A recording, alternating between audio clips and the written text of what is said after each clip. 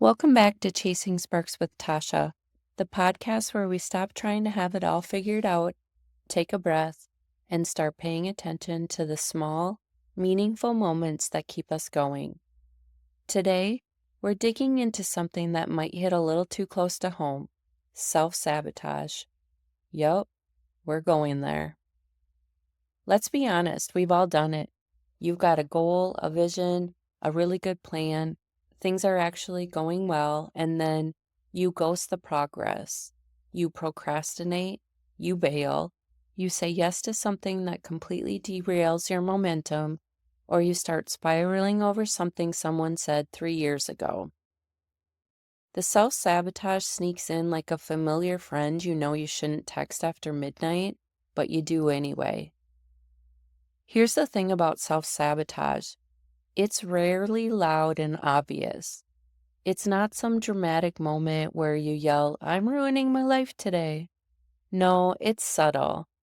It's skipping the task you know would move you forward because suddenly organizing your junk drawer feels urgent. It's delaying the email you're afraid won't get a response. It's telling yourself you'll start tomorrow, even though you know tomorrow has the same baggage as today. Sometimes self-sabotage looks like overcommitting. You say yes to everything because saying no feels uncomfortable, but then you're stretched too thin to do the things that actually matter to you. Or maybe you convince yourself you need just a little more research, a little more prep, and suddenly it's been 6 weeks and you've made exactly 0 moves toward your goal. Ask me how I know. But what's wild is that self-sabotage isn't really about laziness or lack of motivation. It's usually about fear. Fear of failure, sure, but also fear of success. Because if it works, if you actually do the thing you say you want, then what? Then people expect you to keep showing up. Then there's pressure. Then there's visibility.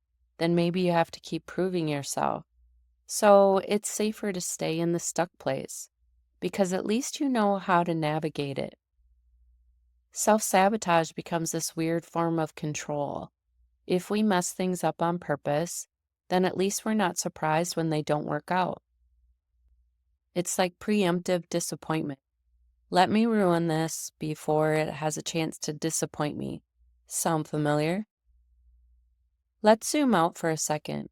Psychologically, self-sabotage is often rooted in limiting beliefs, deep, sometimes hidden assumptions about our worth, our capabilities, and what we're allowed to have. Maybe you grew up hearing that success comes from sacrifice.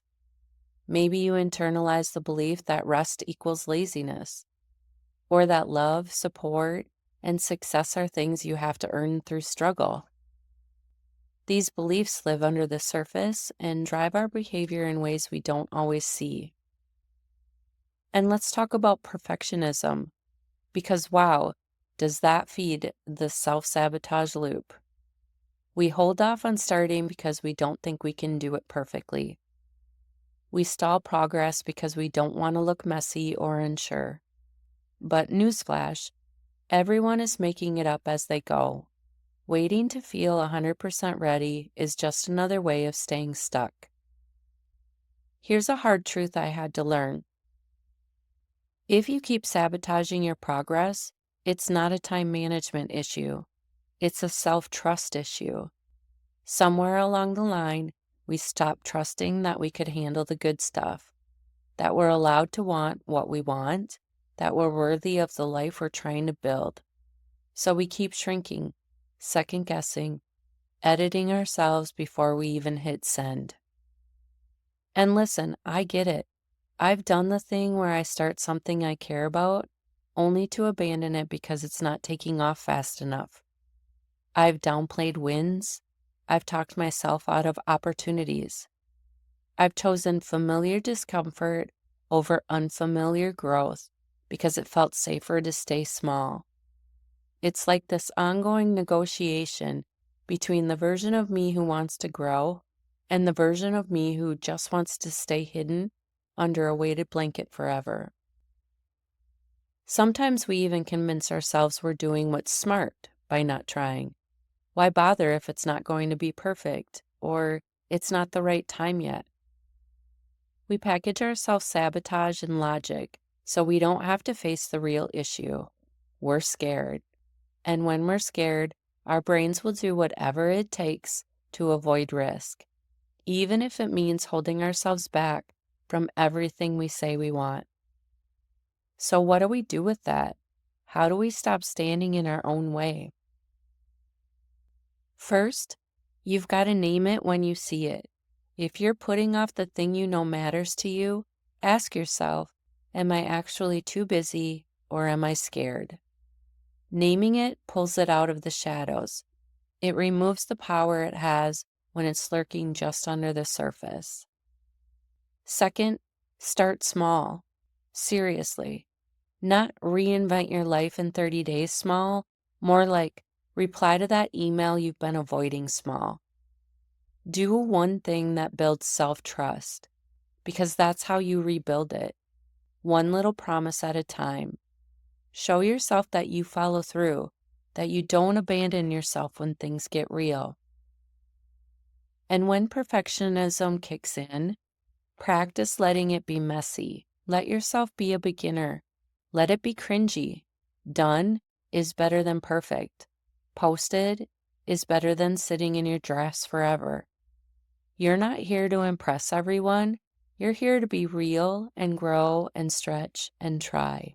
Another thing that helps, say it out loud, not in a post, not on a story. Say it to someone who sees you.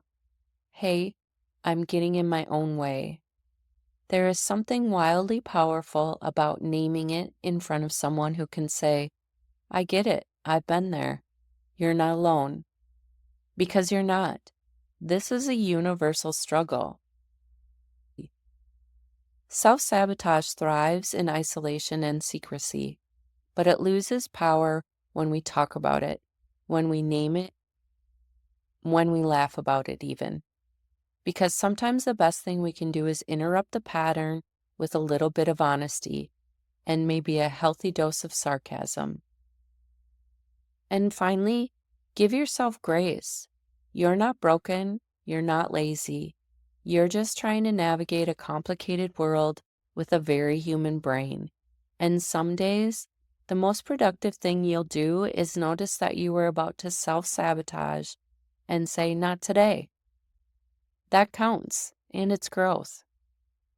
And if you're someone who is used to carrying a lot, responsibility, pressure, expectations, it might feel strange to let yourself want ease, to want joy, to want peace, but you are allowed to want those things, and you are allowed to create space for them, even if your brain occasionally tries to convince you otherwise.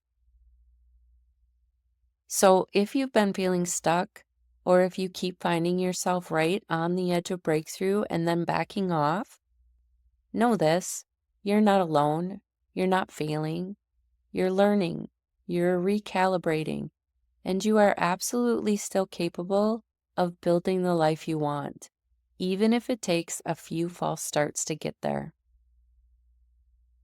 That's it for today's episode. If this one made you nod along or maybe laugh uncomfortably, I'd love to hear from you. Comment, share this with a friend who might need it, and don't forget to subscribe wherever you're listening. Keep showing up even when it's messy. You're worth it. And remember, keep chasing those sparks. They're out there. You just have to look for them.